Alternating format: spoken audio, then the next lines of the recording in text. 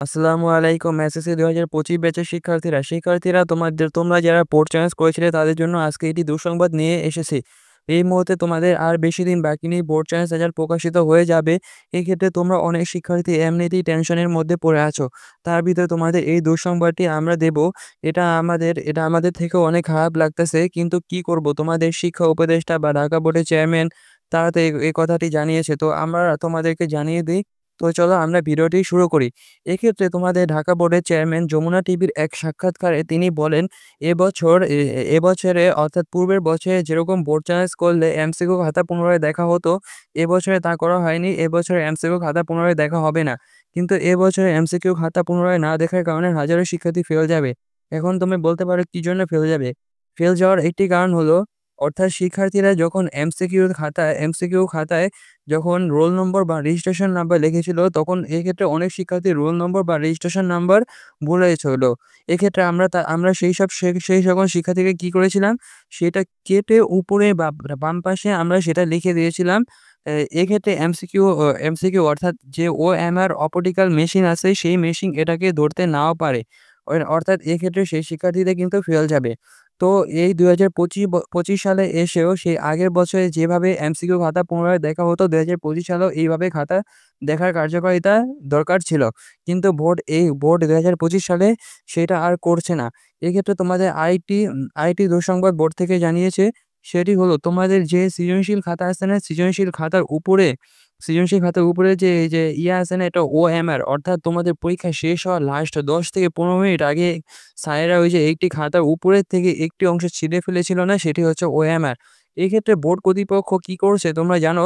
সেই ওএমআরটিকেও আবার পুনরায় মূল্যায়ন করছে না। অর্থাৎ কোনো শিক্ষার্থী যদি ওএমআর এ রোল নম্বর বা রেজিস্ট্রেশন নম্বর বা বিষয় কোড ভুল করে থাকে, তাহলে সেও ফেল যাবে। কারণ এক্ষেত্রে আমরা দেখেছি বিপুল পরিমাণ শিক্ষার্থী কি করেছে, সেই ওএমআর অর্থাৎ তার ওএমআর এ রেজিস্ট্রেশন নম্বর বা রোল নম্বর ভুল করছে। এক্ষেত্রে সেই শিক্ষার্থী তো এই রোল নম্বর আর রেজিস্ট্রেশন নাম্বারের কারণেই সে ফেল যাবে। এক্ষেত্রে এর কারণে হাজারো শিক্ষার্থী ফেল যাবে। আমি বুঝতে পারছি না এই উপদেষ্টা বা চেয়ারম্যান তারা কি চাচ্ছে? শিক্ষার্থীরা তো ভুল করতেই পারে। এক্ষেত্রে তো তাদের সেটা আবার মূল্যায়ন করা দরকার ছিল। কারণ প্রতিটা শিক্ষার্থী ৳১৫০ করে প্রতি সাবজেক্টের জন্য দিয়েছে। এক্ষেত্রে ৳১৫০ করে যেহেতু দিয়েছে, তাদের বোর্ড চ্যানেলসের খাতা মূল্যায়ন করতে একটু সময় বেশি লাগলেও তাদের সবকিছু আবার পুনরায় মূল্যায়ন করা দরকার ছিল। এক্ষেত্রে আমরা আরেকটু কথা বলতে চাই। প্রতি বছর তোমাদের কি হতো জানো? যখন এমসিকিউ খাতায় কেউ ফেল যেত, সেই এমসিকিউ খাতায় অর্থাৎ তোমরা যখন পরীক্ষা দেওয়ার সময় অনেক শিক্ষার্থী কি করতে জানো? তোমরা ওই যে সেট কোড লিখতে ভুলে যেতে। এরকম অসংখ্য খাতা আমরা দেখেছি। যখন আমরা এই খাতাগুলো দেখেছি, তখন বোর্ড কর্তৃপক্ষ কি করতে জানো? তোমরা যখন বোর্ড চেঞ্জ করার পরে তোমাদের সকল সেটের যে উত্তরগুলো আছে না? সেই উত্তরগুলা দিয়ে তোমাদের এমসিকিউ খাতাটা আবার পুনরায় মূল্যায়ন করে দেখত। যদি ৪ টা বোর্ডে কোনো ৪ টা সেটের কোনো একটা সেট দিয়ে তোমাদের উত্তরে পাস এসে যেত, তাহলে সেই সেটটাকে সঠিক ধরে তারা তোমাদেরকে পাস দিয়ে দিত। কিন্তু এবার ২০২৫ সালে এসে তো আর সেই এমসিকিউ পুনরায় চেক করা হচ্ছে না। এর কারণে তোমাদের এমসিকিউতে যারা খারাপ করেছিলে, তাদের পাস আসার সম্ভাবনাও খুবই কম। এবং এমনকি যারা রোল নম্বর বা রেজিস্ট্রেশন নাম্বার বা সেট কোড ভুল করেছিলে, তাদেরও পাশে আসার সম্ভাবনা খুবই কম। এছাড়া তোমাদের যে সিকিউ অর্থাৎ সৃজনশীল খাতা ওএমআর, সেটিও তো একই অবস্থা। সেখানে তো তোমাদের রোল নম্বর, রেজিস্ট্রেশন নাম্বার, বিষয় কোড এইসবই। অর্থাৎ তোমরা যারা এইসবে ভুল করেছো, তাদের পাশ আসার সম্ভাবনা খুবই কম। ধরতে গেলে তো পাস নেই। এক্ষেত্রে আমি ঢাকা বোর্ডের চেয়ারম্যান এবং ঢাকা বোর্ডের যে সমস্ত শিক্ষা উপদেষ্টা আছেন, তাদেরকে আমরা বিনীতভাবে অনুরোধ করতে যাচ্ছি যে, আপনারা কোনো একটি শিক্ষার্থীর জীবন নষ্ট কইরেন না। এক্ষেত্রে আপনারা লাগলে সময় একটু বেশি লাগুক, তাও আপনারা পুরোটা চেক করেন।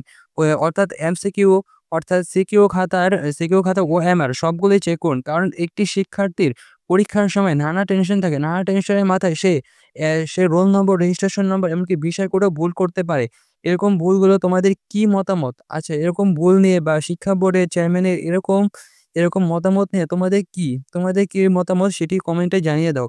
আর এরকম ইনফরমেশন ভিডিও পেতে এবং সঠিক তথ্য পেতে আমাদের চ্যানেলটি সাবস্ক্রাইব করে